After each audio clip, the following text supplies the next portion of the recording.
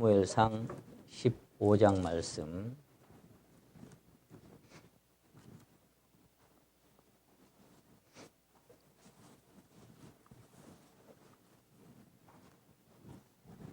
제 성경은 431쪽입니다. 구약성경 사무엘상 15장 1절에서 9절까지를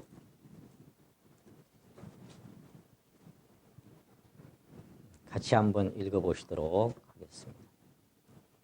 1절로 9절까지 함께 읽으시겠습니다. 시작. 사무엘이 사울에게 이르되 여호와께서 나를 보내어 왕에게 기름을 부어 그 백성 이스라엘 위에 왕을 삼으셨은즉 이제 왕은 여호와의 말씀을 들으소서. 만군의 여호와께서 이같이 말씀하시기를 아말렉이 이스라엘에게 행한 일 곧 애굽에서 나올 때에 길에서 대적한 일을 내가 추억하노니 지금 가서 아말렉을 쳐서 그들의 모든 소유를 남기지 말고 진멸하되 남녀와 소아와 젖먹이는 아이와 우양과 약대와 나귀를 죽이라 하셨나이다.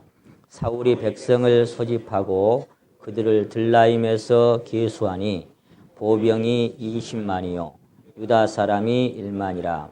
사울이 아말렉 성에 이르러 골짜기에 매복하니 사울에게 겐 사람에게 이르되 아말렉 사람 중에서 떠나 내려가라. 그들과 함께 너희를 멸하게 될까 하노라.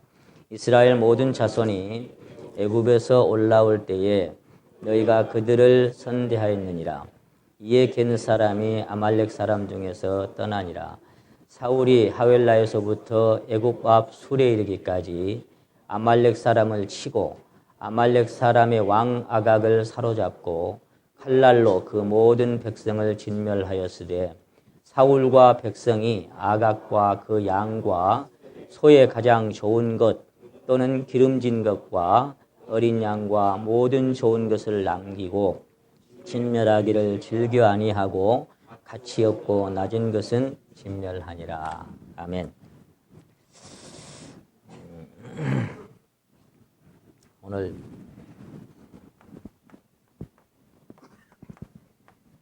죽어야 사는 생명,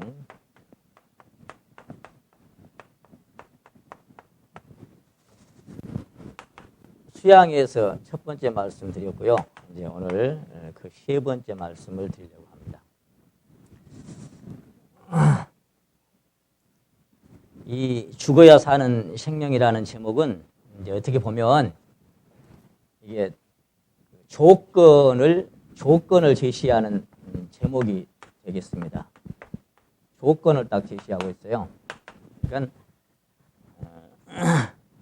생명을 얻거나 생명을 더 풍성히 누리기 위해서는 반드시 죽어야 한다. 그런 조건을 제시하고 있습니다. 그러니까 이 죽어야 사는 생명의 길로 가는 길은 다른 말로 하면 이게 십자가의 길입니다.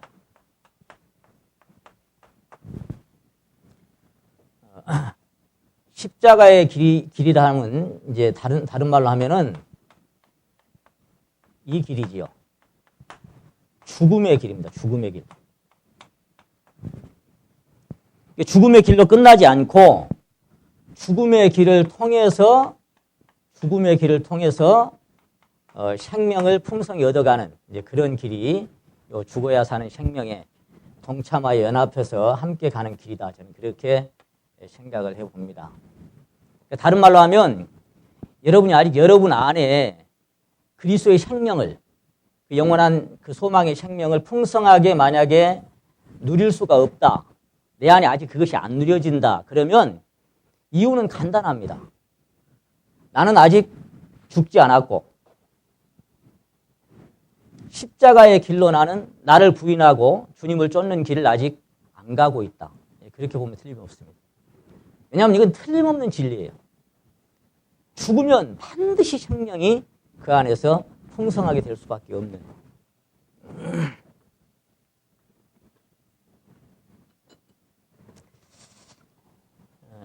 이 말씀을 우리가 이제 수요일마다 듣고 또 주일마다 듣습니다만은 심령 안에 사실 아무리 많은 말씀이 들려져도 예수님이 3년 동안 이렇게 제자들을 가르쳤고 또 주변 많은 사람들에게 많은 말씀을 대언을 했죠. 하셨는데 항상 주님은 그렇게 말씀하셨어요. 자주 귀 있는 자는 들으라. 들을 귀 있는 자는 들으라. 내 말을 받을 만한 자는 받으라. 그렇게 말씀하셔서 우리가 다 똑같이 귀가 있고 한 자리에 앉아 말씀을 듣지만 어떤 사람은 내 말씀이 되고 어떤 사람은 아무리 들어도 아직 실제적으로 내가 죽음에 넘겨진 것이 어떤 것인지 내가 그 십자가의 길에 동참하는 것이 어떤 삶인지를 경험하지 못하고 그냥 시간만 그냥 주구장창 보내는 그런 경우도 있습니다. 그러니까 정말 그 마음에 갈망하는 간절함이 있을 때 하나님 말씀은 내게 실제가 되고 역사가 될 줄로 그렇게 믿습니다. 저희들이 이제 다 찬송을 주일이나 그 수요일 밤에 선택할 때 그 설교의 주제에 맞게 찬송들을 선곡을 하지요. 근데 저는 제가 설교를 할 때는 찬송가 선곡을 이렇게 해드릴 때 항상 첫 번째 부르는 찬송가가 있어요. 몇 장? 오늘 생각 안 나죠? 178장. 은혜가 풍성한 하나님은. 그걸 항상 첫 곡으로 드립니다. 근데 그 후렴에 보면 뭐라고 되어 있어요? 주여 성령의 은사들을 오늘도 내리어 줍소서. 성령의 뜨거운 불길로서 오늘도 충만케 합소서. 이렇게 후렴이 끝납니다. 혹시 그 찬송가 다 외우신 분? 1절부터 4절까지. 매주 거의 그렇게 한 달에 몇 번씩을 드리는데 178장 맨날 첫 곡으로 드리잖아요. 근데 늘 보고만 드립니까? 그것 정도야 식은 죽 먹기로 이제 첫 곡 그러면 그냥 바로 안 보고 딱 이렇게 드릴 수 있는 그게 안 됩니까? 왜냐하면 그게 정말 여러분의 기도였다면 정욕과 죄악에 물든 마음을 성령의 불길로 태우사 정결케 합소서 태우소서 깨끗게 하여 주옵소서. 2절이 그 찬송가죠. 정말 여러분이 그 찬송가 그 한 소절 한 소절을 정말 내 것으로 드렸다면 제가 왜 이 주일 말씀을 선포할 때 그 찬송을 가장 첫 곡으로 넣겠어요? 그게 기도이기 때문에. 그날 말씀을 듣는 사람들의 기도이기 때문에. 주여 성령의 은사들을 오늘 또 성령으로 내게 주실 것이 얼마나 많은데 오늘 또 내려주시고 성령의 뜨거운 불길로서 오늘 또 충만케 해주십시오.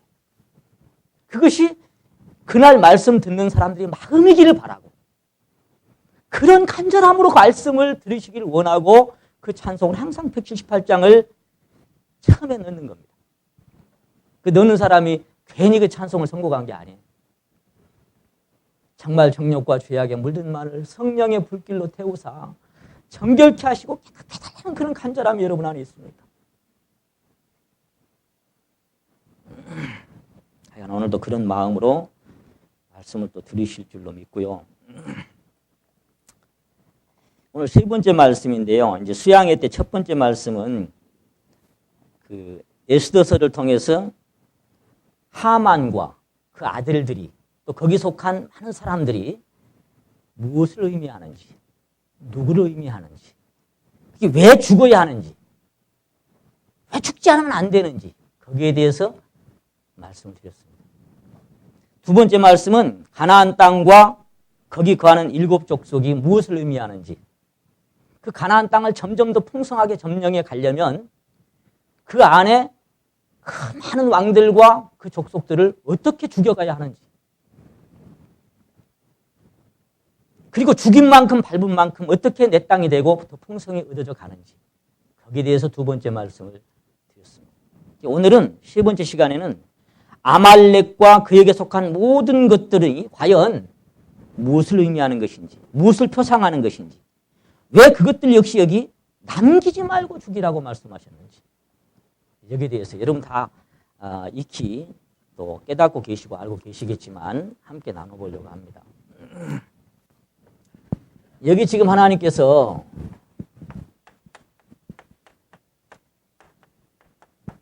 아말렉을 그렸어요. 아말렉.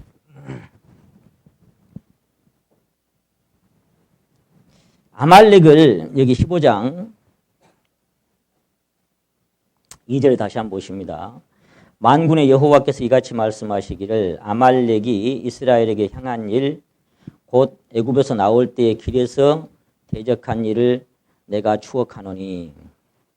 사실 이런 이유뿐만 아니라 이제 정말 죽어야 할 이유가 있지요. 3절에 보시면 지금 가서 그랬습니다. 지금 가서. 지금이라고 하는 얘기는 오늘날로 표현하면 항상 지금이에요. 아까 우리가 찬송 드리기를 오늘 또 내리어 줍소서 했죠. 지금이 항상 내게는 지금이에요.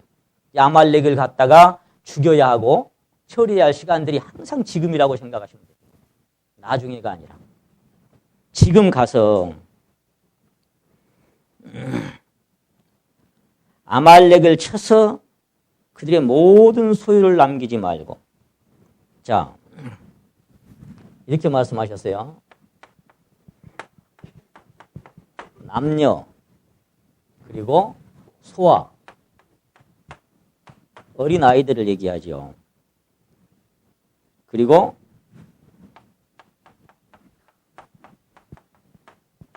젖먹이까지 뭐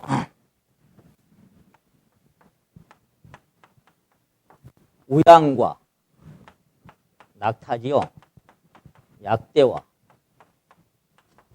나귀 이런 것들을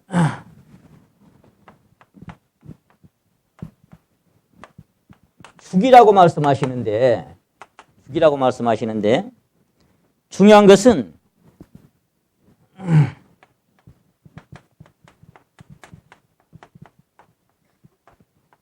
모든 소유를 어쩌지 말고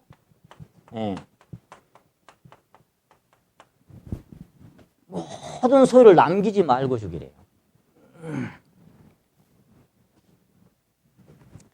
제가 지난번에도 말씀을 두 번째 시간 말씀드릴 때 말씀을 드렸습니다마는 아니 뭐가 그리 인간적으로 본다면 우리가 상식으로 그냥 생각해 본다면 뭐가 그리 죄가 많아서 자 남녀와 어린 아이는 물론이고 그 엄마 품에서 젖먹이가 뭘 그리 엄마 품에서 젖먹고 있는 젖먹이가 그 뭘 죄를 지었다고. 아무리 아말렉이라도 하나님의 창조의 사람들인데 그렇잖아요. 하나님의 형상대로 지은 하나님의 창조한 귀한 사람들인데 한 영혼 한 영혼이 어떻게 그렇게 무지막지하게 하나님은 말씀을 하실까? 지난번에 우리가 가나안 땅에 대한 말씀을 드릴 때 호흡이 있는 자는 다 죽이라 그랬어요. 그러니까 가나안 땅에는 호흡 있는 자가 하나도 없어야 돼. 누구만 숨쉬고 살아야 되냐? 새로 들어간 하나님의 백성만. 그 새로운 족속, 새로 점령한, 새로 밟아서 차지하고 점령한 그 사람들만 숨을 쉬어야 되고 나머지는 하나도 숨을 쉬면 안 돼. 젖먹이가 됐건 어린아이가 됐건 그냥 깡그리 다 죽여야 돼. 호흡이 있느냐. 더군다나 짐승이 또 뭔 죄가 있어. 짐승이. 우양이나 약대나 나귀나 하여간 모든 소유를 깡그리 다 죽여라. 남김없이 다 죽여라. 왜 이렇게 말씀하셨을까? 도대체 아말렉이 뭐길래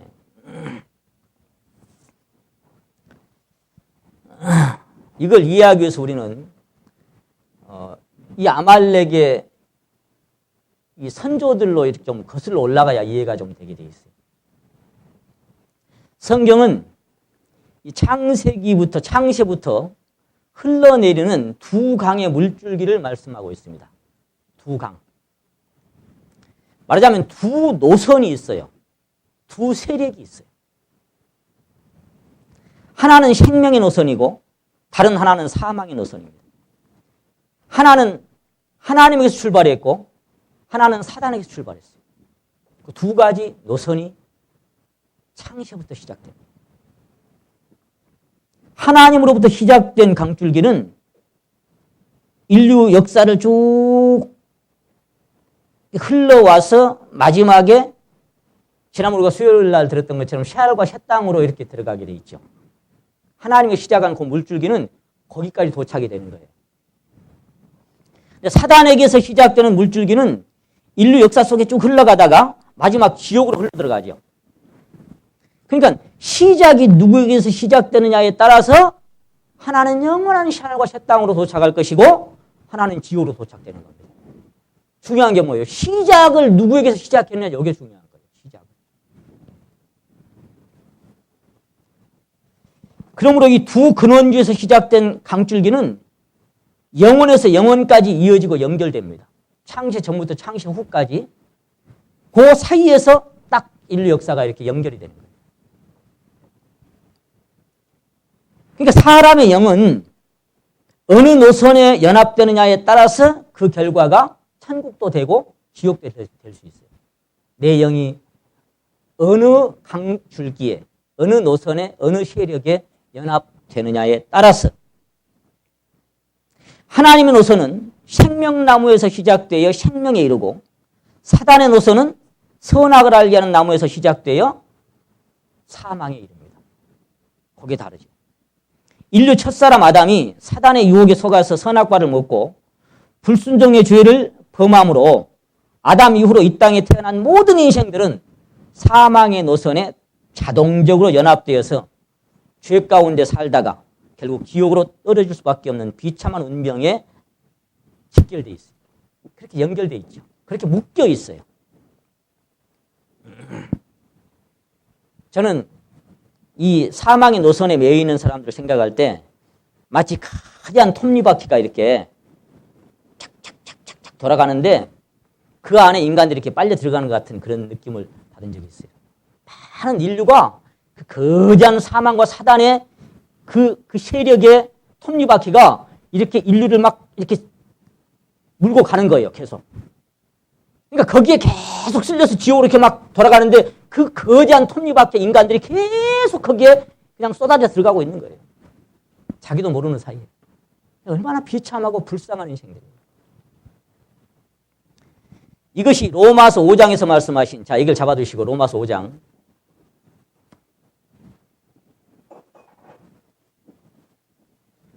뭘 했고 안 했고가 중요한 게 아니라 어느 노선이냐가 중요한 거예요. 5장 12절 말씀 봅니다. 5장 12절.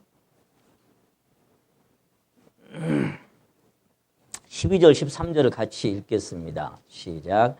이러므로 한 사람으로 말미암아 죄가 세상에 들어오고 죄로 말미암아 사망이 왔나니 이와 같이 모든 사람이 죄를 지었으므로 사망이 모든 사람에게 이르렀느니라. 죄가 율법 있기 전에도 세상에 있었으나 율법 없을 때에는 죄를 죄로 여기지 아니하였느니라. 몇 사람으로? 한 사람으로 죄가 세상에 들어오고 죄로 말미암아 사망이 왔는데 그 한 사람 때문에 결국은 몇 사람이? 모든 사람이. 그러면서 14절에 그러나 아담으로부터 모세까지 아담의 범죄와 같은 죄를 짓지 아니한 자들 위에도 사망이 왕노릇하였나니. 그것들은 왕노릇을 얘기하고 있어요. 왕노릇. 그러니까 아담처럼 죄를 범치 않았어. 우리가 직접적으로. 우리 조상이 먹었지 내가 먹었어요. 그렇게 안 했는데도 똑같은 결과에 이르게 되는 그런 비참한 운명에 처한 것이 인생들인데 그 14절 마지막 부분에 가서 새로운 노선을 딱 하나 비춰주십니다.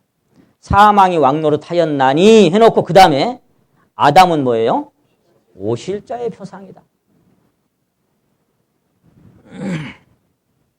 그러니까 새로운 생명의 노선을 딱 하나 비춰주시면서 근원지가 전혀 다른, 시작점이 완전히 다른 그런 노선이 딱 하나 굵어집니다.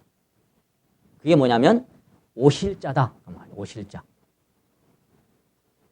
표상이다 그 말은 샘플이다 그 말입니다. 자, 뭘 지금 말씀하고 있는 거 하니까 한 사람 때문에 사망이 왕노릇한 것처럼 또 한 사람 예수 그리스도 때문에 모든 사람이 생명으로 왕노릇할 것이다. 그렇게 될 것이다. 그런 희망을 우리에게 딱 노출시키는 겁니다. 자, 그 뒤에 가서 보십니다. 17절 말씀. 17절 말씀을 같이 한번 읽겠습니다. 시작. 한 사람의 범죄를 인하여 사망이 그 한 사람으로 말미암아 왕노릇하였은즉 더욱 은혜와 의의 선물을 넘치게 받은 자들이 한 분 예수 그리스도로 말미암아 생명 안에서 왕노릇하리로다. 지금 무슨 말씀을 하고 있는 거예요? 어떤 노선에 내가 연합되느냐에 따라서 사망의 지배를 받을 수도 있고 생명의 지배를 받을 수도 있다. 내가 어느 노선에 연합돼서 사느냐에 따라서 사망이 왕노릇하는 삶을 살 수도 있고 아니면 생명의 통치를 생명으로 통치하는 생명이 왕노릇하는 그런 삶을 살아갈 수도 있다. 자, 그래서 이것은 고린도전서 15장을 한번 찾겠습니다. 15장.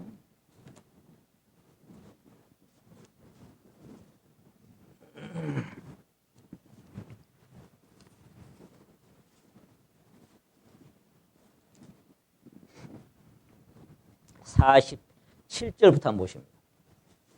47절도 같이 읽겠습니다. 시작. 첫사람은 땅에서 났으니 흙에 속한 자이거니와 둘째 사람은 하늘에서 나셨느니라. 첫사람이 있고 둘째 사람이 있는데 한 사람은 땅에서 났고 한 사람은 하늘에서 났다. 그런데 그 45절에 보시면 기록된 바 첫사람 아담은 산영이 되었다 함과 같이 마지막 아담은 뭐가 됐어요? 살려주는 영.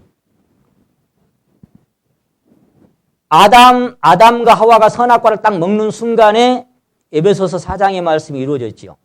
한번 따라 하십니다. 하나님의 생명에서 떠나 있도다. 거기서 하나님의 생명에서 딱 전기줄이 끊겨버리고 전화선이 끊겨버리고 생명의 공급원이 딱 끊기면서 에덴 동산에서 쫓겨나서 단절된 상태. 그게 생명에서 떠난 상태입니다. 그래서 모든 사람이 죽어있는 상태였는데 그런데 여기 지금 45절에 말씀하시기를 마지막 아담은 무슨 영이 됐어요? 살려주는 영이 됐다. 어떻게 본다면요. 어떻게 보면 하나님께서는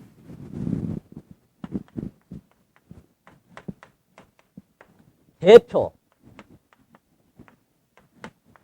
한 사람만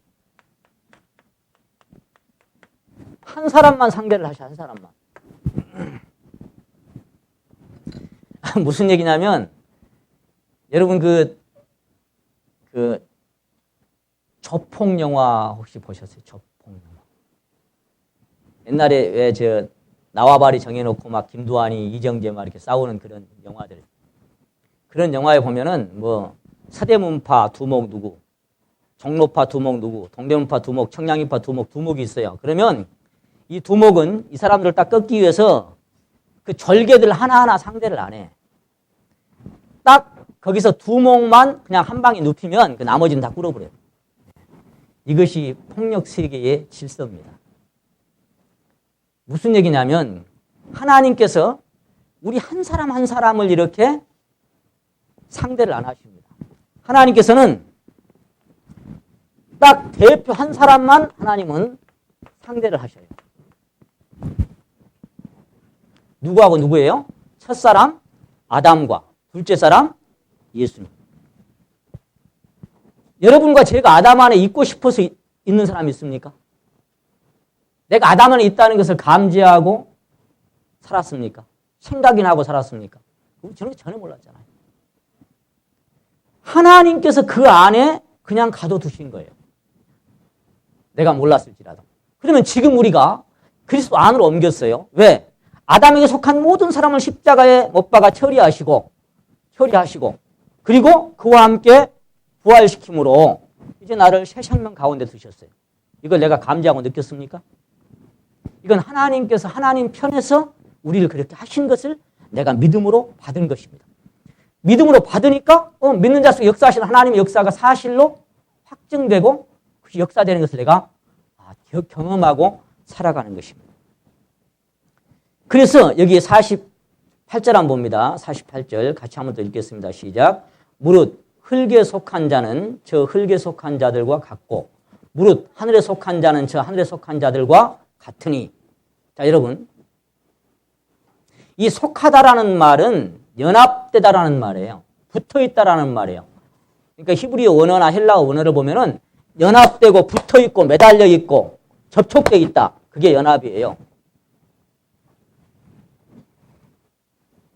여러분이 사망에 매여서 사단과 옛생명과 연합되어 있고 거기 속해 있던 사람이 이제는 내가 그리스도와 함께 십자가에 못 박혀 죽고 함께 장사돼 버리고 부활됨으로 이제는 새 생명 그리스도 안에 연합돼서 그분과 함께 하나로 밀착되어 있는데 이것을 고린도전서 6장 17절은 말씀하시기를 한번 따라 하십니다. 주와 합하는 자는 한 영이라. 나와 그리스도가 둘이에요, 하나예요. 이것은 나와 아버지가 하나라고 하신 그 진리와 똑같이 말씀하신 거예요. 저는 이 밀착됐다, 연합됐다, 접촉됐다라는 말씀을 여러 가지 생각해 보지만 우리가 뭐 성경에는 포도나무와 가지로 또는 뭐 참감람나무, 돌감나무의 접목으로 생각해 보잖아요. 얼마 전에 제가 핸드폰 있잖아요, 핸드폰 이 앞에다가 이렇게 보호막을 비닐을 딱 한 거 붙여놨잖아요. 근데 우리 현아가 맨 이걸 비밀번호를 내가 이제 가르쳐주니까 지가 풀어갖고 이제 내가 그 안에 지 볼만한 걸 많이 담아놨거든요. 맨 이렇게 해가지고 그게 너무 지저분해. 근데 이거를 저 핸드폰 가게에 가서 막 갈아서 붙여달라고 해야 되겠다 했는데 옛날에 샀던 그 박스를 찾아보니까 그 안에 여분이 2장이나 들어있더라고요. 그래서 그걸 꺼내가지고 그 이제 그걸 떼내고 이제 그놈을 붙이는데 깨끗이 닦아내고 그놈을 딱 붙이는데 그게 쉽지가 않더라고, 이게. 거기서 내가 새삼 느낀 게 뭐냐면 연합이라는 거, 접착이라고 하는 것은 공기, 이 바늘 끝만큼 한 방울만 섞여져도 온전한 연합이 안 되는구나. 이걸 제가 거기서 보게 됐어요. 아니, 이쪽부터 해가지고 분명히 나는 그냥 그 수건 같은 그거 이제 안경 닦는 거 있잖아요. 왜 그런 거 갖고 이제 완전히 민다고 미는데 밀어놓으면 또 공기방울이 안에 또 있고 안 되겠어. 떼서 또 다시 밀면 또 공기방울이 또 있고 이게 참 그게 쉽지가 않다고 말이요. 그래서 한쪽을 떼가지고 정말 이제 막 그 딱딱한 걸로 이제 막 밀어내는데 그러다 보니까 여름이 또 기스가 나고 여름 자체가 기스가 나고. 그래 어떻게 최대한 붙인다고 붙였는데 그래도 지금 보니까 공기방울이 몇 개가 남아있어요. 그 못 긁어내겠더라고. 주님 앞에 제가 이렇게 자백을 했습니다. 주님, 제가 주님과 온전한 연합이 됐다라고 주님 말씀하셨는데 내 믿음이 없어서 주님과 나 사이에 이렇게 공기방울이 떠 있는 것 같습니다. 주님과 나 사이에 이렇게 공기방울이 떠 있는. 어떤 사람은 공기방울이 2개가 있을 것이고 어떤 사람은 3개가 있을 것이고 어떤 사람은 아예 들썩하고 떠 있을 수도 있겠죠. 자, 어디에 속하느냐? 들러붙다, 연합하다.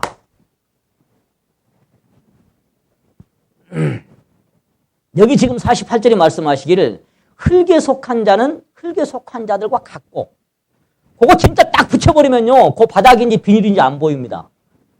그 비닐이 바닥이고 바닥이 비닐이에요. 하나잖아요. 완전히 붙어버리면. 근데 조금만 떨어져 있어도 표시가 나버려. 연합이 안 됐다는 것을. 하늘에 속한 자들은 저 하늘에 속한 자들과 같고 그 무슨 얘기예요? 저와 같은 형상으로 화하여 영광으로 영광이 이르는. 성도 여러분의 그 영과 그리스도의 생명의 영과의 연합은 어느 정도로 연합되어 있습니까? 하나님이 원래로 연합을 시킬 때는 그 공기방울이 하나도 없이 완전하게 연합을 시켰어요. 하나님이 하신 작업에 무슨 오류가 있겠습니까? 거기 빈틈이 있겠습니까? 하나님이 하신 것에 무슨 실수가 있겠습니까?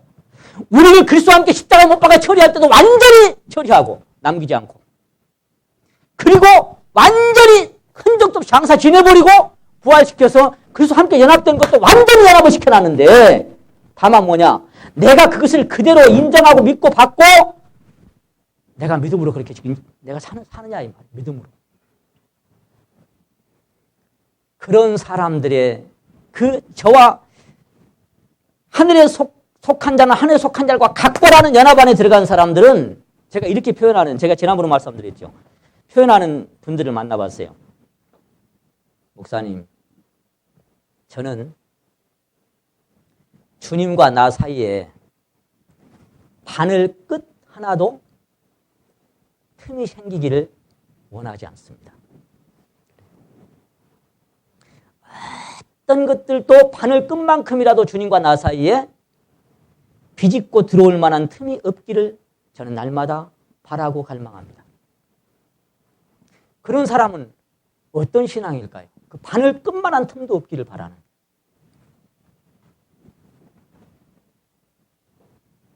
저도 그런 갈망이 제 심령 안에 있습니다. 감히 저와 주님 사이에 온전한 연합이 이루어졌어. 공기방울 눈곱만큼도 들어가 있지 않은 온전한 연합으로 연합됐어. 그렇게 살아가는 사람은 내가 사는 게 그리스도가 사는 거고 그리스도가 사는 게 내가 사는 한 생명을 사는 그런 생명이 되는 것입니다. 그래서 고린도후서 5장 14절에는 찾아봅시다. 5장 그 뒤에 5장 14절 그리스도의 사랑이 우리를 강권하시는도다. 자, 그 다음에 같이 읽읍시다. 우리가 생각건대 한 사람이 모든 사람을 대신하여 죽었은 즉 모든 사람이 죽은 것이라. 몇 사람이 죽었어요?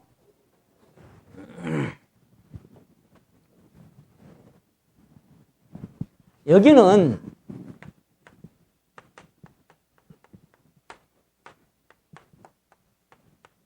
모든 사람이 죽고 그리고 뭐예요 이제 모든 사람이 장사되고 그리고 또 모든 사람이 그리스도 안에서 부활되고 그리고 모든 사람이 그리스도와 함께 그 안에서 승천하고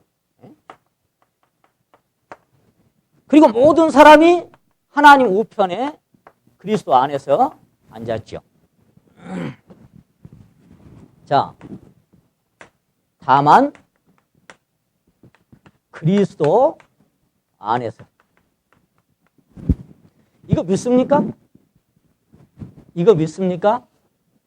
그리스도 안에서 모든 사람 속에 저와 여러분이 함께 포함되어 있죠. 함께 죽고 함께 장사되고 함께 부활해서 승천하고 우편에 앉기까지 그렇게 완전히 연합시켰다는 사실을 여러분이 믿는다면 17절 같이 읽겠습니다. 17절 시작. 그런즉 누구든지 그리스도 안에 있으면 새로운 피조물이라. 이전 것은 지나갔으니 보라 새 것이 되었도다.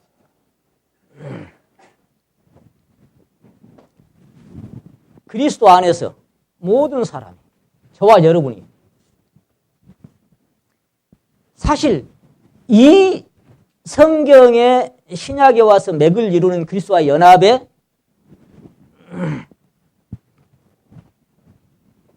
그리스도 안에서 그리스도 함께 연합됐다고 하는 하나죠. 하나. 이 골격의 원리 이것과 만약에 동떨어져서 그리스도의 생명을 누릴 수 있는 길은 어디에도 없습니다. 오직 이 길만이 우리가 이 그리스도의 생명 안에 살고 그 생명을 나타낼 수 있는 그런 결과물이지 어떤 내 노력도 어떤 것도 될 수가 없어요. 다만 이것을 믿음으로.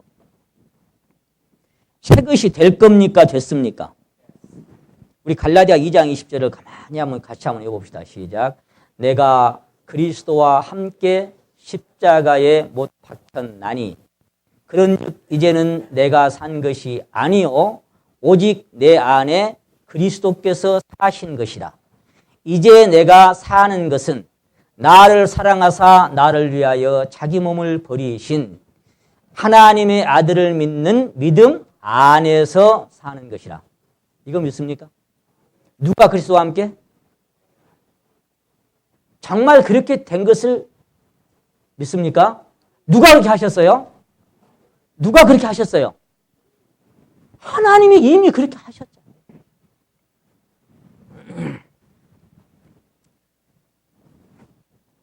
자, 로마서 6장을 한번 갑시다. 로마서 6장.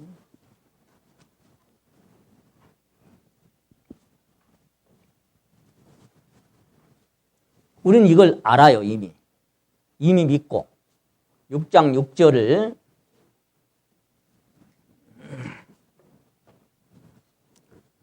(6장 6절 7절을) 같이 한번 읽겠습니다. 시작.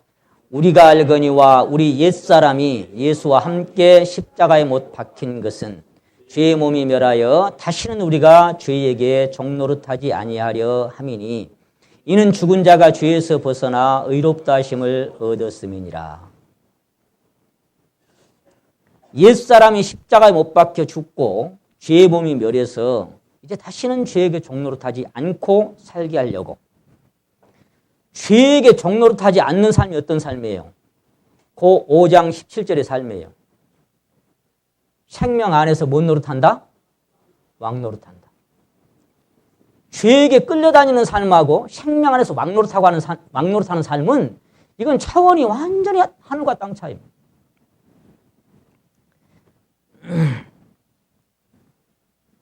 사랑하는 성도 여러분, 여러분은 이런 말씀 한번 드려볼게요. 누군가 여러분에게 야 임마 넌 인간 쓰레기야 그렇게 말한다면 기분 좋아요, 나빠요? 쓰레기는 어디다 갖다 버리는 거예요? 어디다 버려요? 방 안에 버려요? 쓰레기장 갖다 버리지요. 쓰레기통에, 쓰레기장에. 야 임마 넌 인간 쓰레기야. 그러니까 지구에서 내려. 지구에서 내려서 사라져. 그렇게 얘기한다면 여러분 실제로 그런 말 들어본 적 있어요? 저는 세상 살 때 그런 말 몇 번 들어봤어요. 야 인간 쓰레기 이렇게 이런 얘기 들어봤어요. 근데 진짜 자존심 상하더라고요. 그래서 죽여버리려고 그랬어요. 그 말이 그렇게 자존심 상해가지고. 근데 주님의 말씀 앞에 내가 딱 와서 하나님의 평가를 보니까 인간 쓰레기 맞더라고요.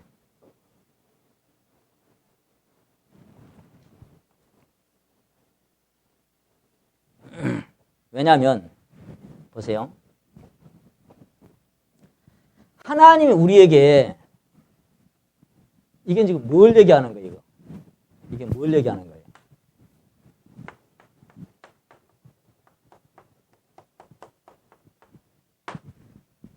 사형 선고를 내렸다는 거예요. 사형 선고만 내린 게 아니라 뭐였어요? 사형 집행까지 시켰어요? 시킬 거예요?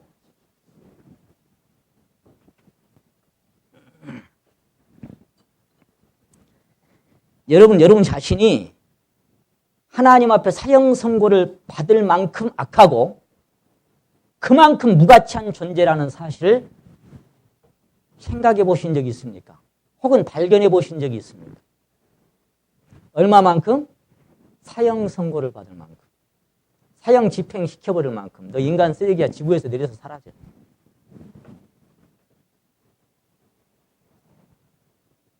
사형 집행은 그런 사람한테 내리는 거 지구에서 내려버려야지. 이런 인간은 지구에 살려줄 필요가 없는 거예요.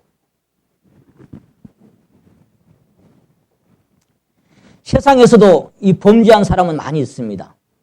크고 작을 뿐이죠. 그건 또 내면과 외면으로 본다면 모든 사람이 죄 짓고 사는 거죠, 사실. 그 대가로 그것이 드러나면 감옥에 갇혀서 수년 혹은 수십 년 옥살이를 하는 사람들이 많이 있습니다. 그러나 일평생을 감옥에 가두어서 사회와 격리시키는 그걸 보고 종신형이라 그래요. 무기징역. 종신형. 이걸 무기수라 그러죠. 무기수.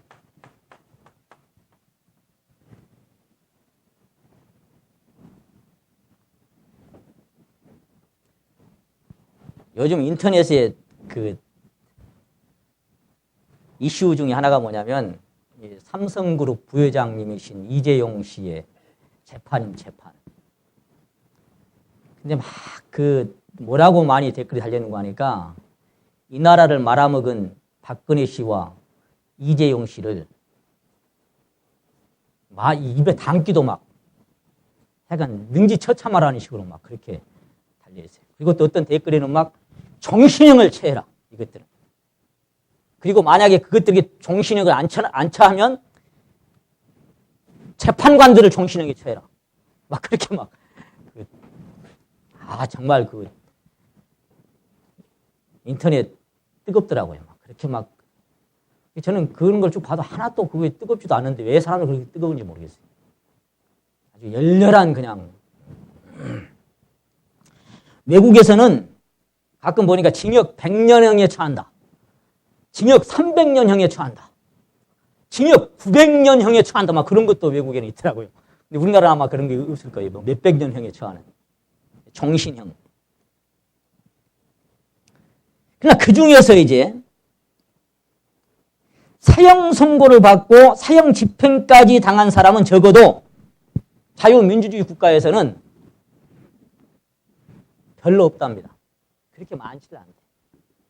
우리나라에서도 그렇고 진짜 사형 선고받고 사형 집행까지 시킨 사람들은 뭐 이제 말하자면 막 한 사람이 막 여러 명을 어떤 뭐 그 추행하고 무슨 뭐 살인하고 옛날에 이게 신창원입니까? 뭐 이제 그런 혹시 사람들은 될지 모르지만 그렇지 않은 사람은 사형 집행까지 간 사람은 그렇게 많지가 않다고 저는 들었습니다.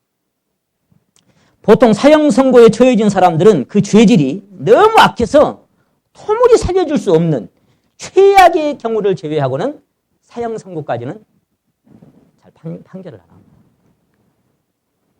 사형 선고에서 사형 집행까지 당한 사람은 말하자면 사회 악입니다.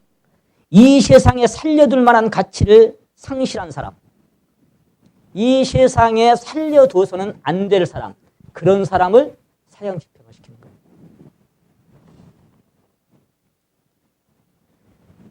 한번 따라 하십니다. 죽어 마땅한 사람, 죽어 없어져야 할 사람, 죽어도 아깝지 않은 사람.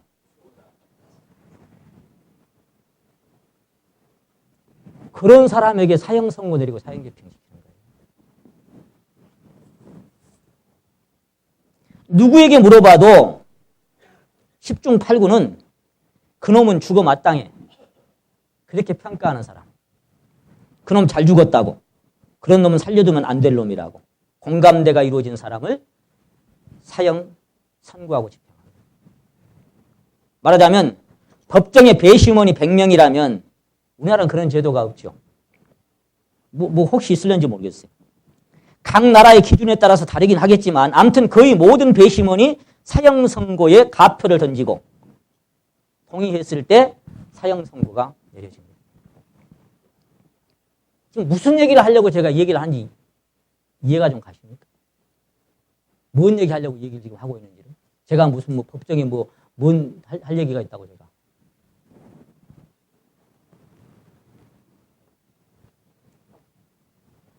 그런데 하나님께서 누가? 하나님께서 저와 여러분에게 사형 선고를 내렸단 말이에요. 그리고 사형 집행을 시켰단 말이에요. 저와 여러분에게.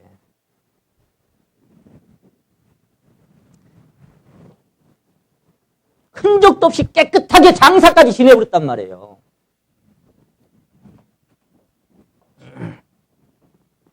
누구를?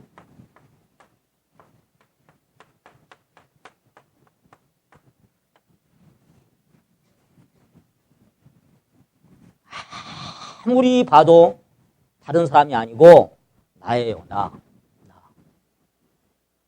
나를.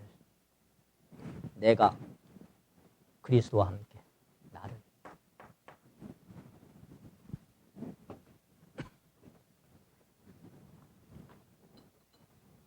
왜 그랬을까요? 왜 그랬을까요? 이유는 간단합니다. 저와 여러분이 바로 좀 속된 말로 표현하면 살려둬서는 안 될 놈들이에요. 살아있어서는 안 될 놈들이에요. 죽어 마땅한 나쁜 놈이에요. 죽어 없어져도 하나도 아깝지 않은 인생들이에요. 그래서 사형 집행시켜버릴 거예요.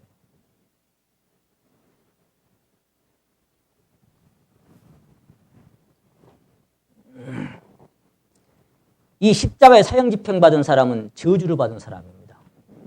그럼 왜 우리가 저주를 받습니까? 갈라디아 3장 10절이 답입니다.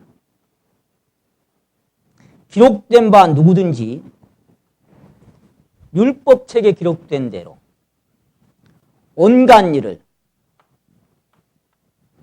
항상 행하지 아니하는 자는 어디 아래 있는 자다? 저주 아래 있는 자라 하였다. 율법책에 기록된 대로 613가지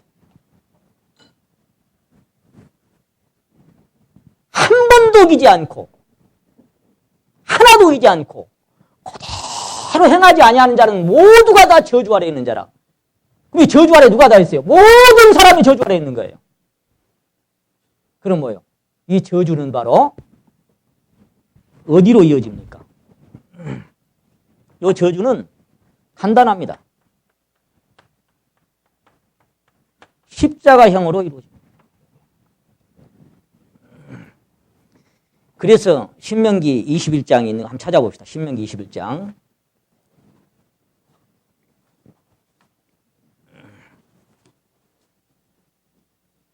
그 갈라디아 3장에 이어서 말씀하는 내용이 이 말씀이에요. 이 말씀을 인용해가지고 하신 말씀.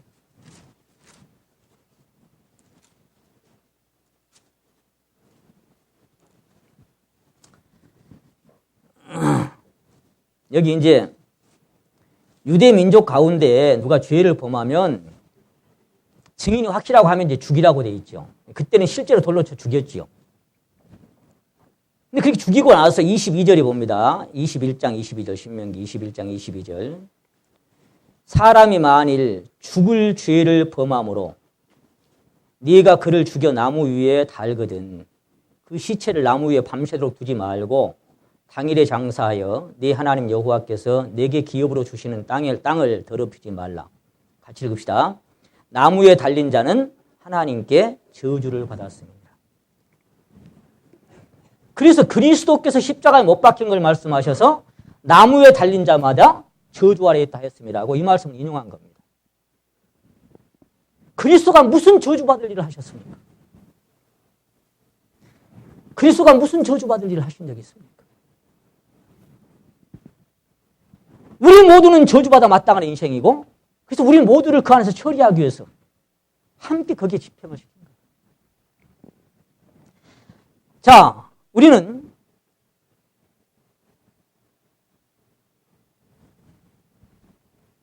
그 결과적으로 마지막 궁극적인 것까지 다 믿어야 우리 믿음이 완성되는 거죠. 말하자면 그리스도께서 내 죄를 위해서 죽으셨다. 자, 한번 따라 하십니다. 내 죄 때문에 죽으셨다. 나 대신 죽으셨다. 나와 함께 죽으셨다. 그리고 함께 장사되고 부활되는 여기까지 우리가 믿어야 그리스도를 온전히 그가 하신 일을 온전히 믿는 거죠.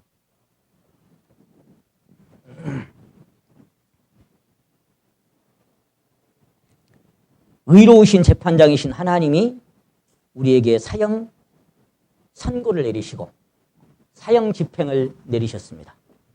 억울하신 분. 내가 뭘 그 정도까지 나쁜 놈이야? 난 그 정도는 아니라고 생각해. 그런 사람 있습니까? 혹시? 억울해.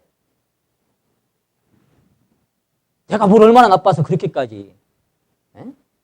사형 선고까지? 그런 사람 있습니까?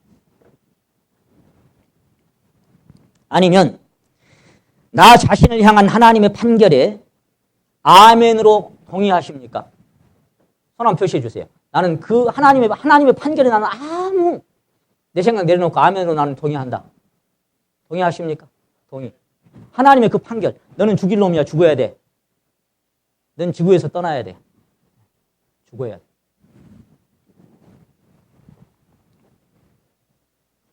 하나님의 말씀과 비답해 자신의 악한 모습을 적나라하게 발견한 자만이 하나님의 사형 집행을 아멘으로 화답할 수 있습니다. 그렇게 하나님의 비답해 자신을 발견한 자만이 진짜 겸손이 무엇인지를 비로소 알게 됩니다. 겸손해야지 천만에. 겸손을 가르치고 겸손해서 말하는데 자기는 다른 사람 다 판단하고 있어요.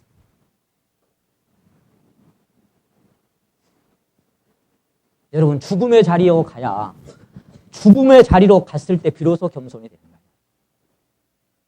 하나님이 나를 그래서 빌립보서 2장에서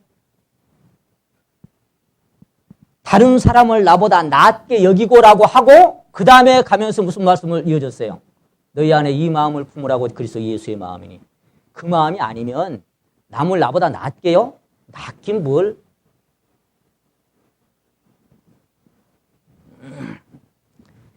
십자가에 달려 죽어 마땅한 인생임을 발견한 자만이 진짜 자신을 본 사람입니다. 그리고 남을 나보다 낫게 여기지 말라고 해도 낫게 여겨줘요. 그러니 상대가 허물이 있고 막 여기 해도 근데 여기서 여러분이 사적인 것과 공적인 것을 만약에 분별하지 못하면 두리뭉실하게 이 문제가 전개되고 맙니다.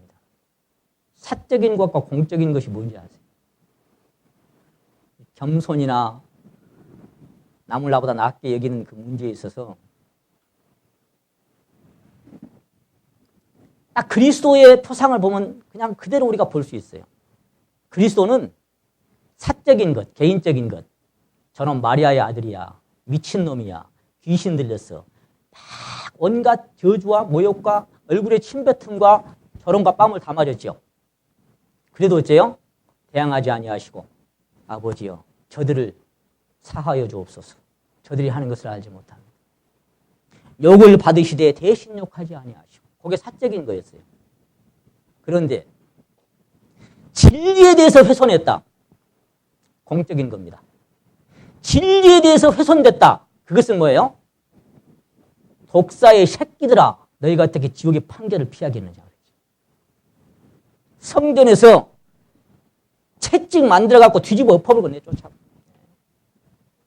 여기 기도하는 내 집에 아무것도 더럽히지 마.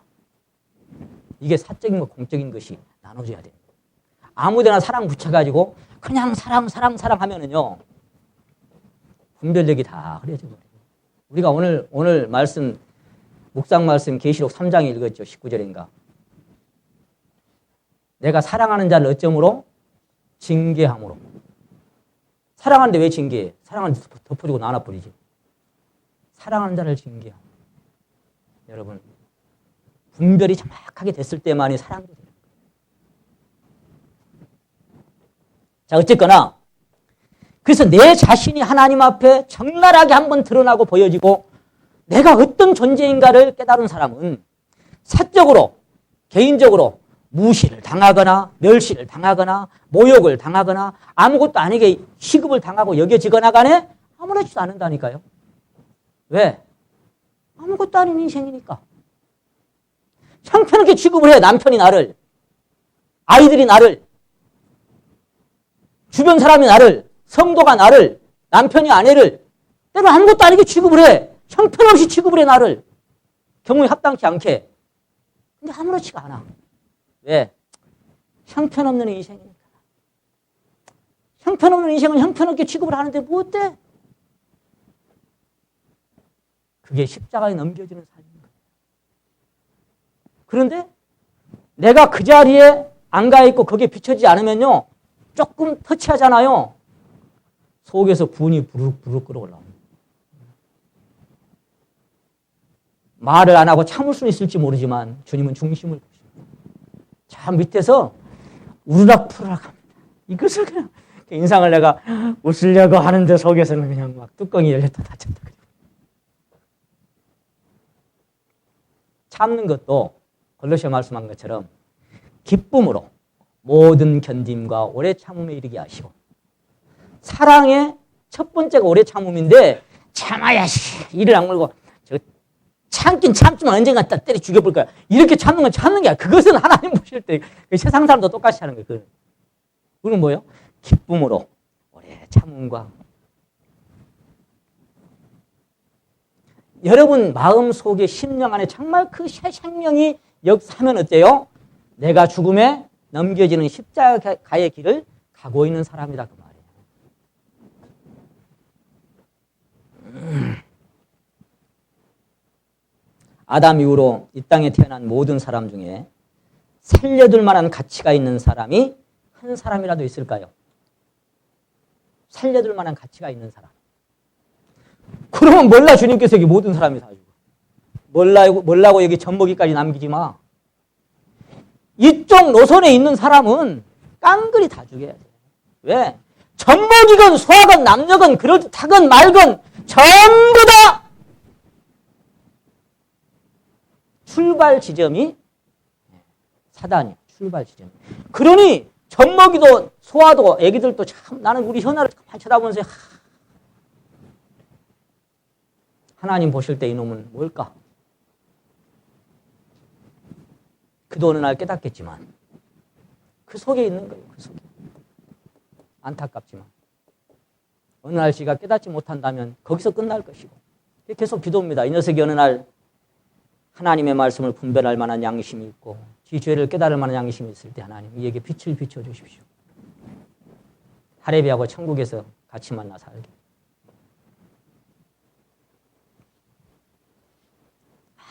아무리 천사 같은 눈망울을 한 어린아이가 너무너무 귀엽지만 그도 그 속에 그것이 모든 사람인 거예요. 그 속에 저도 있고 여러분도. 그래서 사형 선고고 사형 집행이. 누구를? 나 자신. 제발 나 자신. 나 자신이 그런 존재라. 무기수도 아니고 종신형도 아닌 저놈은 죽어마땅한 인간이라는 거예요. 그거 시인이 안 되십니까? 아직도 안 보입니까? 그거 시인이 되면 다소곳이 주님 앞에 엎드립니다. 그리고 하나님이 주신 그 말씀이 내가 아멘으로 화답합니다. 주님 말씀. 100번 죽어 마땅한 인생. 나는 그게 합당한 인생. 내가 무슨 할 말이 있습니까? 나 같은 게 무슨?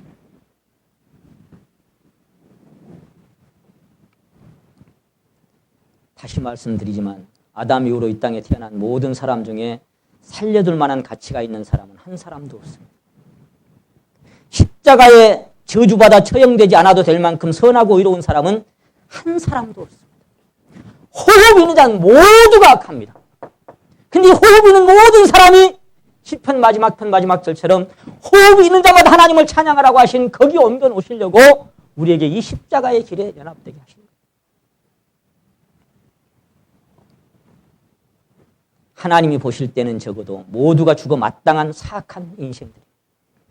그렇게 인정하기엔 너무 억울하다고 생각할지 모르지만 의로우신 재판장이신 절대자 하나님의 판결에는 오류가 있을 수 없습니다. 완전합니다. 하나님의 판결은 완벽합니다. 그러나 하나님께서 그렇게 하신 이유는 인류를 사랑하셨기 때문이죠. 사망에 매이고 사단에게 잡혀 지옥으로 떠내려가는 죄인들을 그리스도와 함께 십자가에 처하신 것은 사망의 노선에서 생명의 노선으로 옮겨주시려고. 말하자면 아까 우리 봤던 로마서 6장 다시 한번 보십시오.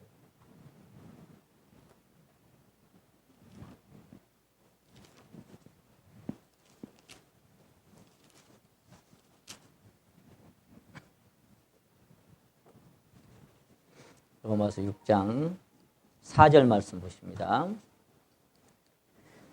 그러므로 우리가 그의 죽으심과 합하여 세례를 받음으로 자 함께 죽고 장사됐습니다. 그 다음에 같이 읽읍시다. 그와 함께 장사되었나니 이는 아버지의 영광으로 말미암아 그리스도를 죽은 자 가운데서 살리심과 같이 우리로 또한 새 생명 가운데 행하게 하려 함이니라. 그래서 연합이 둘로 받죠. 5절에.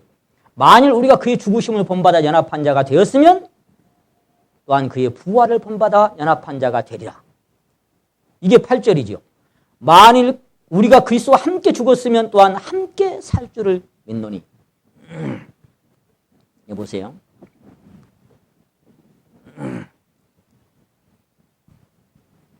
우리로 사망에서 건져서 생명으로 옮겨주시기 위해서.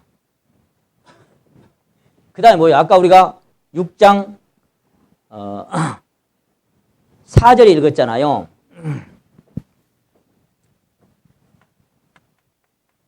우리를 이렇게 하신 것이 옛 생명에서 벗어나서 새 생명으로 살게 하시려고. 여기 7장에 한번 보십니다. 7장 4절. 그러므로 내 형제들아 너희도 그리스도의 몸으로 말미암아 율법에 대하여 죽임을 당하였으니 이는 다른 이고 죽은 자 가운데 살아나신 이에게로 가서 우리로 하나님을 위하여 뭐하게 하려고요? 사망에 거한 자들이 어느 순간 이제 하나님을 위해서 하나님이 기쁘시게 받으실 만한 그런 열매를 얻게 하시기 위해서 사망에 매여 왕노릇하던 자들이 사단이 우리를 통해서 죄가 우리를 통해서 왕노릇했죠. 이제는 생명 안에서 왕노릇하게 하려고. 참 무가치한 존재들을 영원한 영광 가운데 부르시기 위해서 하나님은 이 길을 우리에게 선택하실 수밖에 없었습니다. 말하자면 오늘 설교 주제가 세 번째 뭐라고요? 죽어야 되기 때문에, 죽어야 살기 때문에 할 수 없이 그 길을 하나님 우리에게 허락을 하셨던 것입니다. 그러나 선택은 여전히 여러분의 몫이죠. 이후에도 마찬가지예요. 주님이 오신 목적이 내가 온 것은 양으로 생명을 얻게 하고 그 생명을 더 풍성하게 얻게 하려고 왔다. 이렇게 말씀하셨는데 생명을 얻은 것에서 더 풍성히 얻는 길은 십자가에 한 번 죽고 또 날마다 계속 죽는 길밖에는 다른 길이 없어요. 생명을 얻는 것은 내가 그리스도와 함께 구원받고 거듭날 때 얻었어요. 그리고 그 생명이 계속 풍성해지기 위해서는 내가 계속 십자가를 지고 계속 십자가의 길로 가는 것. 그것이 더 풍성해지는 비결입니다. 그것밖에는 다른 방법이 없어요. 그러니까 시작이 어디서 됐느냐. 로마서 11장 한번 보십니다. 11장. 이 두 노선 중에 저는 이 말씀 읽을 때마다 참 이게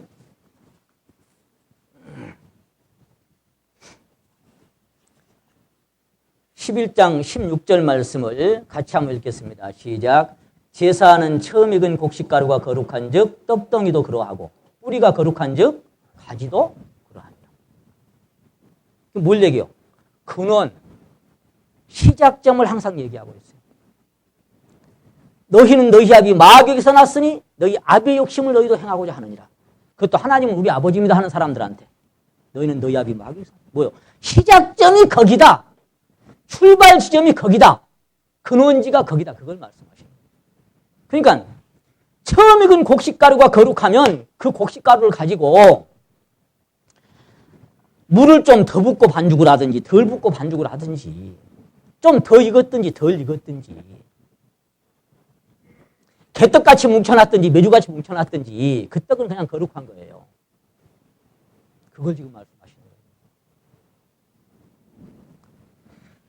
처음 익은 곡식가루가 뭐 섞여서 이 거룩한 곡식 아니요. 그럼 그것은 아무리 정성스럽게 만들어도 그건 더러운 거예요. 그걸 지금 말씀하시는 거예요. 처음 시작이 뭐냐, 시작. 여러분에게는 옛사람 아담으로부터 온 그 시작만 있느냐, 아니면 새로운 시작, 새로운 시. 거룩한 곡식가루가 새로운 떡덩이로 내게서 시작된 그 생명의 기점, 영으로부터 시작된 새로운 생명이 내 안에 역사하고 있느냐에 따라서 어떤 사람이 되는 거예요. 어디에 연합되느냐에 따라서. 주님이 가신 길이 자기를 비우고 자기를 낮추고 죽기까지 복종하셨던 것처럼 우리가 가는 길도 또 매일 말입니다. 내가 비워지고 내가 낮춰지고 죽기까지 복종하고 결국은 뭐요? 십자가에 계속 죽어가는 이것이 내 삶이라면 하나님의 생명은 내게 계속해서 풍성히 채워질 수밖에 없어요. 시간상 좀 건너뛰어 제가 말씀을 드리려고.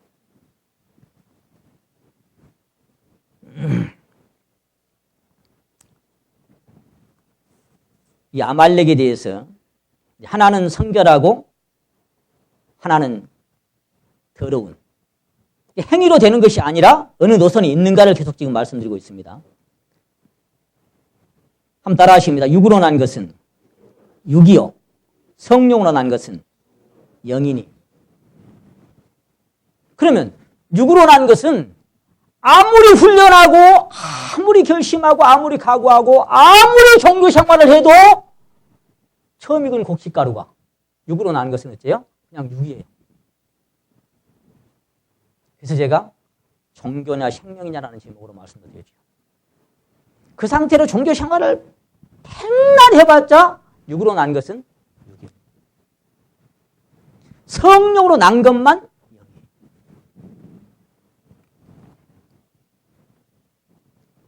육과 영은 마치 이 하만과 모르드게처럼 물과 기름입니다. 서로 화답할 수도 없고 화목할 수도 없고 타협할 수도 없습니다. 서로 대적이고 서로 미워합니다. 육신의 생각은 사망입니다. 그건 하나님과 원수가 됩니다. 영의 생각만 생명과 평강이고 하나님은 그 편입니다. 그래서 가인과 아벨처럼 이삭과 이스마엘처럼 에서와 야곱처럼 사울과 다윗처럼 그렇게 결코 화친할 수 없는 관계가 되는 거예요. 아말렉이 출발 지점이 그래요. 아말렉을 이렇게 거슬러 올라가다 보면 어디까지 가는 거 하니까 아브라함까지 가야 돼요. 아브라함까지. 근원지가 아브라함까지 가는데 더 거슬러 올라가다 보면은 선악과까지 가고 그리고 사단까지 가겠죠. 아말렉의 근원지가 그래요. 아브라함 100세 때에 그의 아내 사라를 통해서 난 아들이 약속의 자녀 이삭이었잖아요. 그럼 이삭은 하나님이 주신 자녀였습니다. 100살 때 주신 정말 소중한, 그것은 뭐냐? 죽을 수밖에 없는, 그러니까 이 사라의 저희가 끊어져 버린, 경수가 끊어져 버린 상태에서 난 것은 뭐요? 우리가 사망인 우리에게 생명을 주신 하나님의 그리스도의 표상으로 주신 거예요. 그러니까 이삭은 그리스도의 표상입니다. 그래서 이 갈라디아 3장에 보시면은 많은 사람을 가리켜 씨라하지 아니하고 오직 하나를 가리켜 씨라했으니 그 씨 나눠져 보면 그리스도 예수 이렇게 돼 있어요. 그래서 약속의 자녀고 우리도 이삭처럼 약속의 자녀인데 참 묘하지요. 아브라함도 하나님 불러냈고 시험까지 통과했잖아요. 그리고 이삭도 약속의 자녀인데 이삭은 40세에 리브가와 혼인하고 리브가가 잉태해서 보니까 쌍둥이요. 한번 찾아봅시다. 창세기 25장. 자, 지금 아말렉의 근원을 얘기하고 있습니다.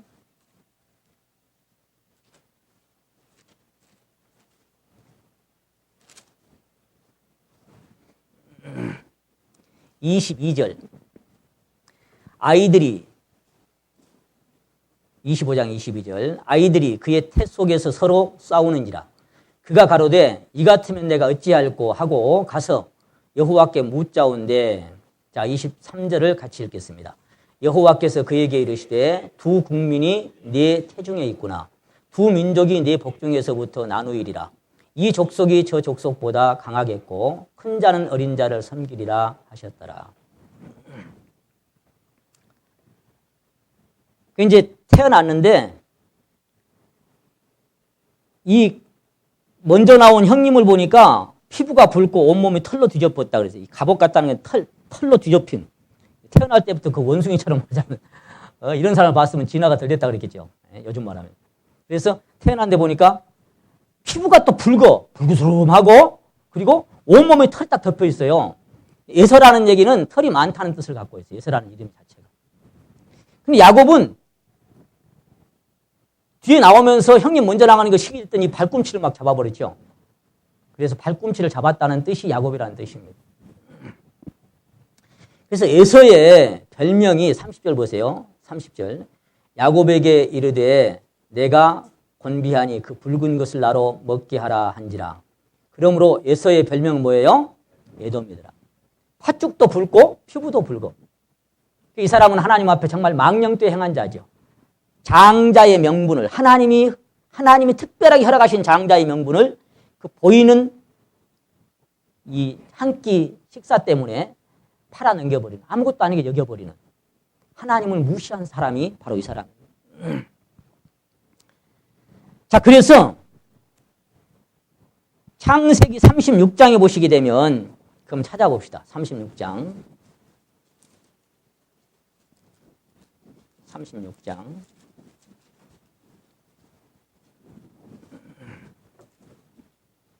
12절 말씀 보십니다.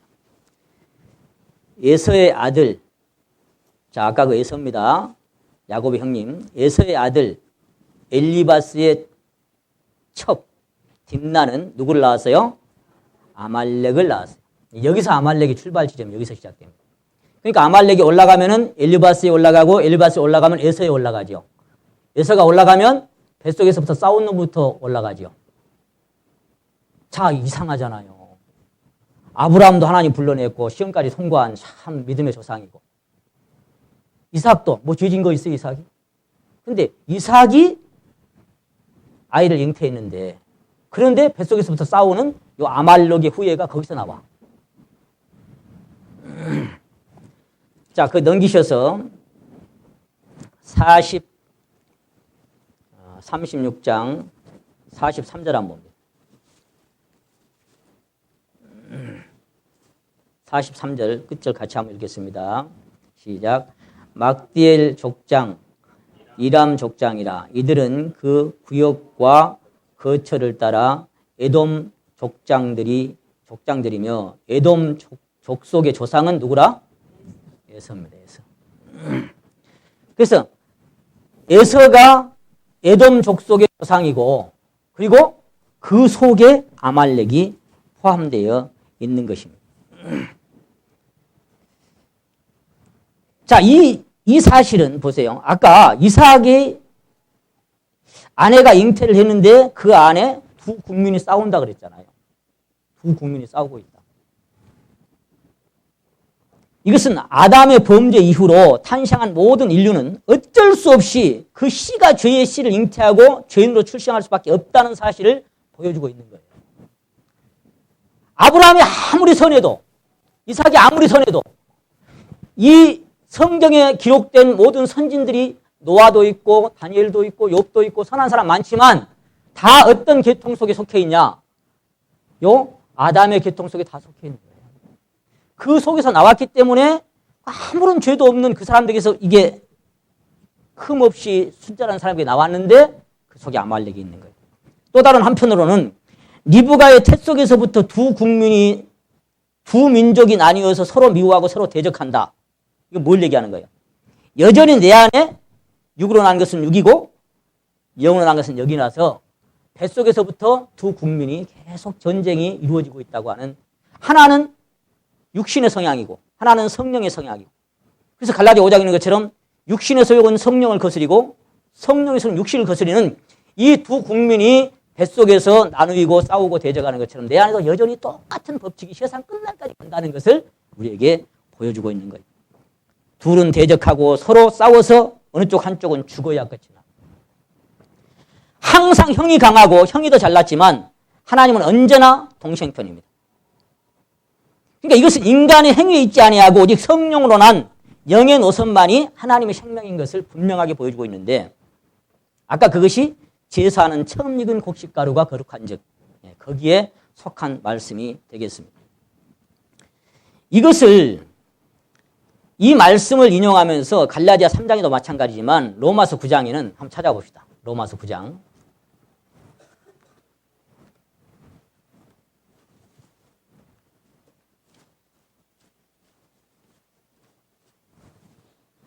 여기 묘한 말씀이 있어요. 로마서 9장 7절부터 보시면 이제 한 씨가 이삭을 얘기하죠. 이삭. 그리고 그리스도도 얘기하죠. 8절에 곧 육신의 자녀가 하나님의 자녀가 아니라 오직 약속의 자녀가 씨로 여기심을 받았느니라. 약속의 말씀은 이것이니 명년 이때에 내가 이르리니 사라에게 아들이 있으리라. 이렇게 태어난 것이 이삭이잖아요. 근데 10절에 보세요. 이뿐 아니라 또한 리브가가 우리 조상 이삭 한 사람으로 말미암아 잉태하였는데 그 자식들이 아직 나지도 아니하고 무슨 선이나 악을 행하지 아니한 때에 택하심을 따라되는 하나님의 뜻이 행위로 말미암지 않고 오직 부르시는 이에게로 말미암아 서게 하려 하사 리브가에게 이르시되 큰 자가 어린 자를 섬기리라 하셨나니 기록된 바 내가 야곱은 어쩌고 사랑하고 에서는 참 이상하다 그 말이죠. 요 10절 11절이 지금 아직 나지도 않고 뱃속에 있을 때부터 하나님은 하나는 사랑하고 하나는 미워해. 여기 행위가 포함됐냐? 이걸 지금 묻는 거예요. 뭘 얘기하고 있는 거예요? 근원이 하나님의 선택받은 자냐 아니냐 거기서부터 시작하는 게 없다 그 말이죠. 말라기 1장을 잠깐 보시면 요 말라기 말씀을 지금 인용을 한 건데요. 마태복음 이전에 말라기 잠깐 보시면 말라기 1장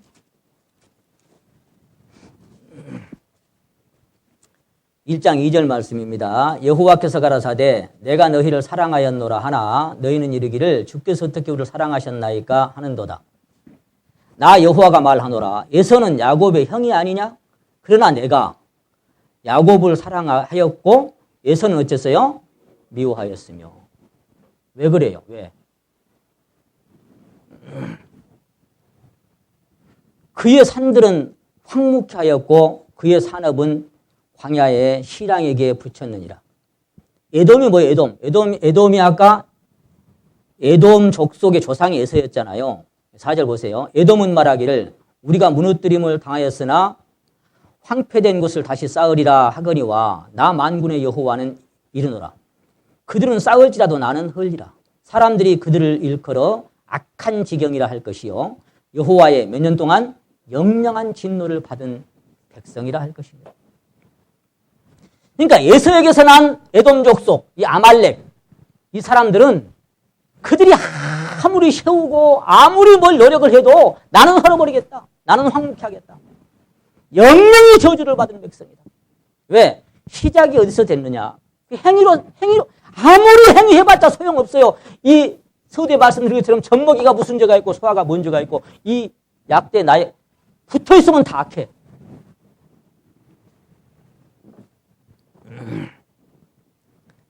그래서 예레미야 49장이나 이사야 34장이나 에스겔 35장이나 뭐가 기록됐냐면은 에돔의 시내들은 역청이 되고 유황이 되어 낮에나 밤에나 끄지지 않고 끊임없이 불탈 것이다. 에돔에 관한 저주의 말씀이 나오는데 형벌과 재앙과 멸망이 지속될 것이다. 에돔 족속은 거주지였더니 세일산에 관한 저주가 나오는데 끝까지 멸망될 것이다. 아주 철저하게 저주하십니다. 이와 같이 아말렉과 에돔 족속은 하나님의 대적이고 끝까지 파멸시켜야 할 대적일 뿐입니다. 그래서 민수기에 보시면 이런 말씀이 있어요. 아말렉은 열국 중에 으뜸이지만 그 종말은 멸망에 이를 것이다. 으뜸이라는 얘기 보면 제법 잘났어. 제법. 에서도 잘났고 가인도 잘났고 먼저 난 자들이 잘났어요. 육신이 항상 강해. 영으로 난 것은 뒤에서 항상 꼬꾸라지지. 제가 시간상 찾지 않고 몇 가지 말씀드리고 이제 정리를 하겠습니다. 요 사무엘상 아까 15장 말씀 보시면 다시 한번 보십니다. 지금 가서 이 3절입니다. 15장 3절. 지금 가서 아말렉을 쳐서 그들의 뭘? 모든 소유를 어쩌지 말고. 여기 포인트입니다. 여기. 남기지 말고. 아침에 제가 환기를 시키려고 문을 열었더니 우리 성진이가 아버지 문 닫아요 하고 지가 닫더라고. 왜? 그랬더니 바퀴벌레 들어와요. 그저도 한 마리 봤어요. 그런 거예요. 내가 아이고 참 특전사 나온 사람이 많냐. 바퀴벌레 한 마리가 무섭냐. 그까지 이렇게.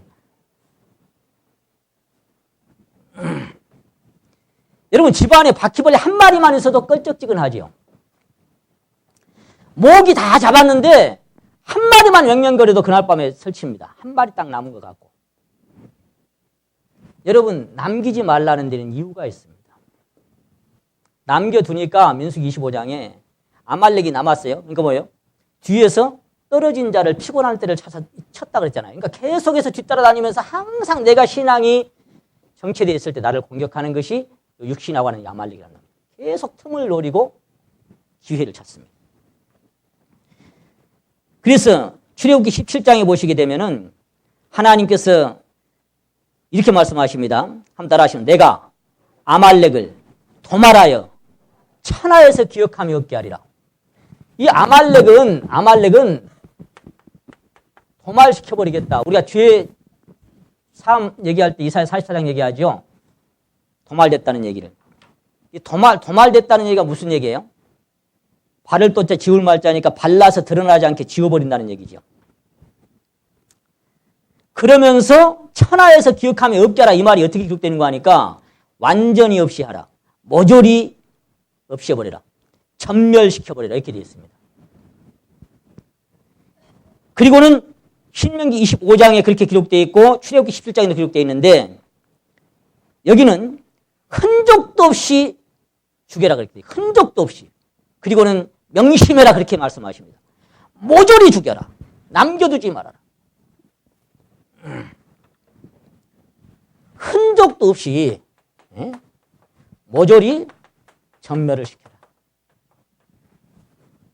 자, 하나님 앞에 우리 신앙의 성장의 목적지가 어디라 그랬어요? 그러니까 지난번에 수양회 때 말씀드렸죠.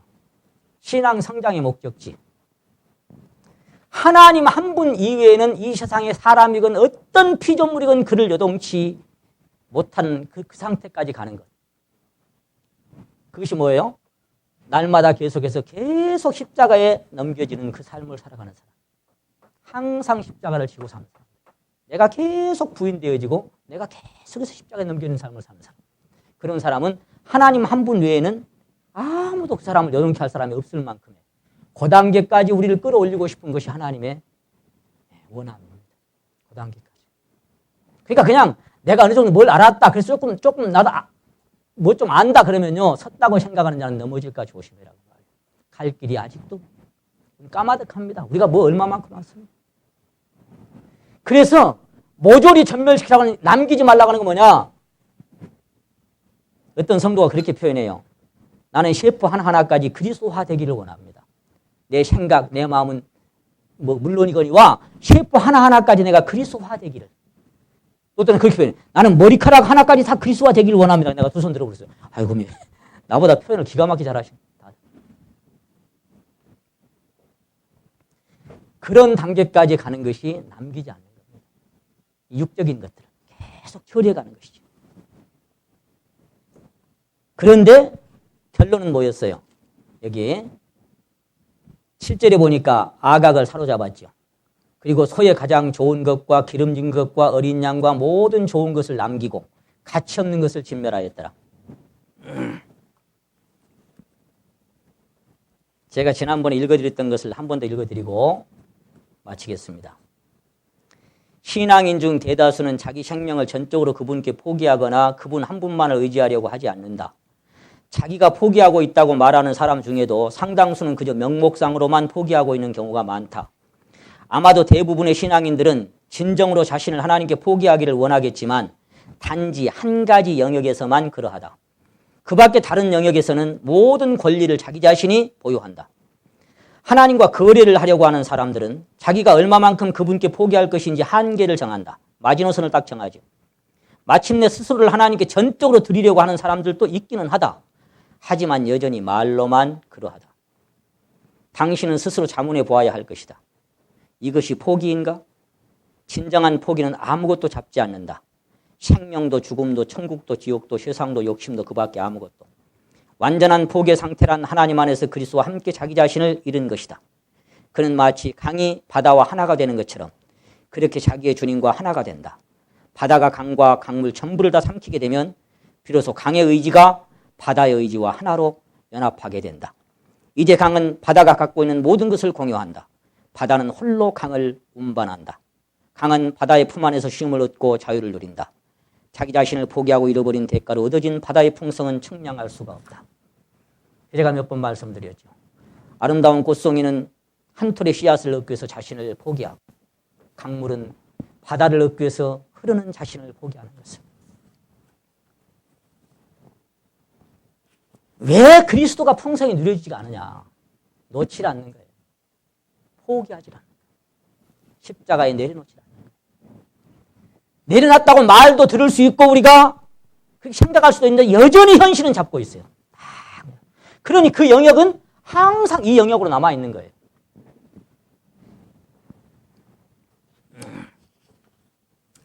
여기 시들로 백스터 형제님이 목회자들한테 한 얘기를 한 가지만 읽어드리고 마치려합니다. 그리스도와 내가 하나로 연합되어 신의 성품에 참여하는 삶이란 쇠막대가 불 속에 있을 때 불이 쇠 가운데 있고 스폰지가 물 속에 있을 때 물이 스폰지 가운데 있는 것 같은 경우를 말하는 것이다. 우리는 소유됨으로 인하여 소유하게 된다. 스폰지가 완전히 물 속에 잠기면 물은 스폰지를 최대한으로 채운다. 불이 쇠막대의 전부를 소유하게 되면 쇠막대는 최대한의 불을 소유하게 된다. 당신과 나는 충만을 구하되, 잘 들으세요.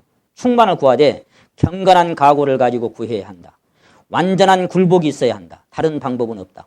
성령께서 우리 인격에 흠뻑 적시려면 우리를 실제로 소유하셔야만 한다. 내가 그에게 드리는 그것을 그는 취하신다. 그는 취하신 것을 깨끗하게 하신다. 그는 깨끗하게 하신 것을 채우신다. 그는 채우신 것을 사용하신다. 그것은 네 기업으로 된 공식이다. 그것은 항상 적용된다. 그것은 결코 틀리지 않는다. 완전한 굴복이 없는 요구는 하늘의 편에서 볼 때 전혀 인정을 받을 수 없는 무가치한 뻔뻔스러운 행위다. 무슨 얘기를 이 형제님이 하고 있는지 이해가 가십니까? 다시 한번 읽어드릴게요.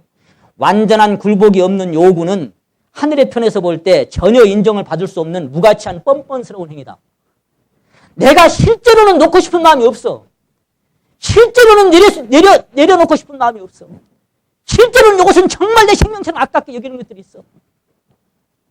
아까 가치 없는 것은 죽였죠. 모든 좋은 것은 알고 보니까 다 남겨놨죠. 왕도 살려놨죠. 죽이나 마나요, 죽이나 마나. 그래서 사무엘이 아각을 불러다가 찔러서 쪼개버렸죠, 그냥 몸을. 사무엘의 믿음과 사울의 믿음이 뭐가 달라요? 그건 하늘과 땅 차이. 완전한 굴복이 없는 요구는 하늘의 편에서 볼 때 전혀 인정을 받을 수 없는 무가치한 뻔뻔스러운 행위다. 그러나 우리가 전적으로 우리 주님께 드려지기만 하면, 그러면 완전히 빈 그릇을 그가 채우지 않고 내버려 두시는 일이 결코 없다는 진리를 생생하게 체험하게 될 것이다.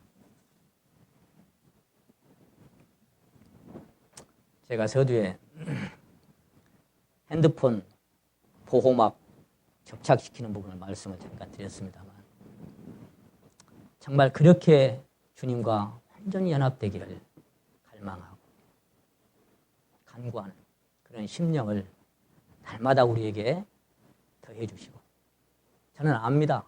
우리 사랑하는 성도님들 중에는 여기 서 있는 저보다 몇 배 더 주님을 더 사랑하고 주님께 더 충성하고 주님께 더 깊이 연합되어 있는 성도들이 많이 계신다는 것을 제가 알기 때문에 누구누구 특정한 사람이 아니라 저를 비롯해 모두가 다 그런 주님과의 완전한 연합 가운데 들어갔습니다.